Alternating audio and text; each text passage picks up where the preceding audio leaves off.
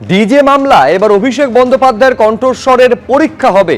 Vote প্রচারে উস্কানি ভাষণ, আরো বিপাকে অভিষেক বন্দ্যোপাধ্যায়। 30শে জুন বিধাননগর আদালতে অভিষেক বন্দ্যোপাধ্যায়ের ভয়েস টেস্ট হতে চলেছে।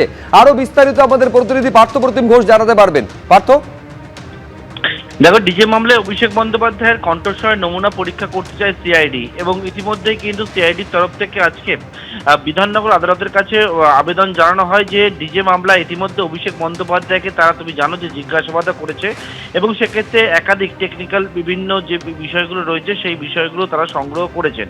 কিন্তু অভিষেক বন্দ্যোপাধ্যায়ের যে মন্তব্যকে কেন্দ্র করে মামলা, যেটা প্রথমে বাগুইআটি থানায় এবং তার পরবর্তীকালে সেই মামলা এখন এফআইআর রুজু হয় বিধাননগর সাইবার থানায়, এবং সেই মামলা তদন্তভার নেয় সিআইডি।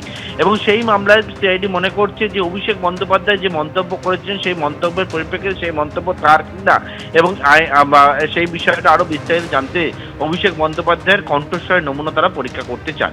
সেই মতোই আজকে বিধাননগর আদালতের যে আবেদন সিআইডির, এবং সেই আবেদন মঞ্জুর হয়েছে, এবং আগামী 30 তারিখ অভিষেক বন্দ্যোপাধ্যায়কে কণ্ঠস্বরের যে নমুনা সেটা আদালতের কাছে এসে দিতে হবে, তেমনটাই কিন্তু নির্দেশ হয়েছে।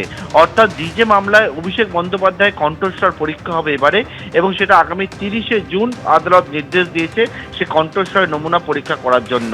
সিআইডির আবেদন, এবং সেই আবেদন মঞ্জুর করেছে বিধাননগর আদালত। ধন্যবাদ পার্থ। আরেকবার আপনাদের বলবো, অভিষেক বন্দ্যোপাধ্যায়ের এবার ভয়েস টেস্ট হতে চলেছে ডিজে মামলায়। ডিজে মামলায় অভিষেক বন্দ্যোপাধ্যায়ের কণ্ঠস্বরের পরীক্ষা করা হবে। ভোট প্রচারে উস্কানি ভাষণ দিয়েছিলেন অভিষেক বন্দ্যোপাধ্যায়, সেই মামলায় ইতিমধ্যেই আপনারা জানেন জিজ্ঞাসাবাদ করেছে সিআইডি। এবার আরো বিপাকে পড়তে চলেছেন অভিষেক বন্দ্যোপাধ্যায়। 30শে জুন বিধাননগর আদালতে অভিষেক বন্দ্যোপাধ্যায়ের ভয়েস টেস্ট হবে। ডিজে মামলায় কণ্ঠস্বরের নমুনা সংগ্রহের আবেদন জানায় সিআইডি, আর সেই আবেদন মঞ্জুর করেছে আদালত।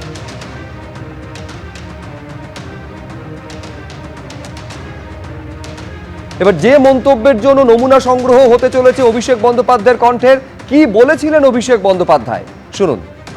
বুকের পাটা থাকতে আপনার, আমি চাইবো, আপনি বলেছেন 15 দিন আমরা অমিত শাহ নাকি বাংলায় থাকবে, আমি অমিত শাহকে বলবো 4 তারিখ বাংলায় থাকবেন আপনি, 4 তারিখ দেখা হবে। আপনার কত বুকের পাটা, আপনি বাংলার মানুষকে বলছেন 23 তারিখ সব ঘরে ঢুকে থাকবে, বিজেপি আসার পর চুন চুনকে জেল মে ডালেঙ্গে। আরে মমতা ব্যানার্জির উদারতা, বদলা নয় বদল চাই বলেছিল 2011 সালে। সিপিএম এর হাড়মাত গুলো আজ বিজেপির জল্লাদ হয়েছে। সেদিন যদি উদারতা না দেখাতো আজকে অনুবীক্ষণ যন্ত্র দিয়ে খুঁজে পাওয়া যেত না।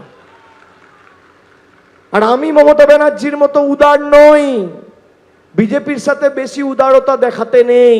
আর আমাদের সৌজন্যতা আমাদের দুর্বলতা নয়। যারা মানুষের প্রতি অবিচার করেছে, মানুষকে অপমানিত করেছে, তাদের জন্য এবার রবীন্দ্রসঙ্গীত না, এবার 4 তারিখ ডিজে বাজবে।